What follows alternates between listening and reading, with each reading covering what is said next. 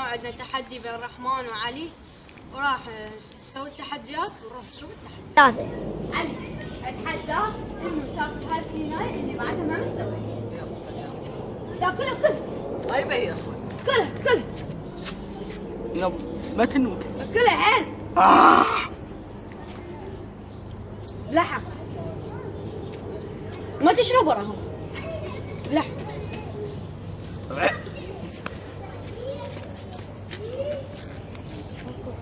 3 رحمن اتحداك انك تخلي هذا الطين بوجهك.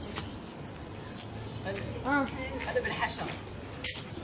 حشره ورديه. وراح نشوف شلون حنخليه بوجهك. ايش خليه خليه كله يجي بوجهك. خليه لا يابا خليه بوجهك كله. خليه مو مثل ذاك التحدي. بعد شلون خلاه. حيل. على الحلقه طيب. 3 اليوم اصلا نتحدى علاوي اتحداك تضرب سيارة انا من فرع وتفلت. يلا قول. يا سيارة. لا السيارة ايش يعني؟ ليش الزرقاء الأخيرة؟ 3 رايح اخذ التحدي. يلا اضرب. 3 يلا نسوي تحدي مرتضى اتحداك اخذ سيارة من فرع تصعد عليها وتهيئ. شوف التحدي. 3 روح نشوف التحدي. حنصعد على السيارة. زين عنك راح اشيل البيت مال ابو السيارة.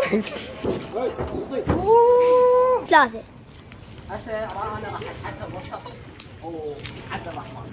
مرتضى روح اصعد على هاي الحديقة. يلا شو اسوي؟ بس افعل؟ اصعد وطبيها وشلع الزرع وتعال. نروح ونشوف التحدي. نروح ونشوف التحدي ونشوف. وين الحديقة؟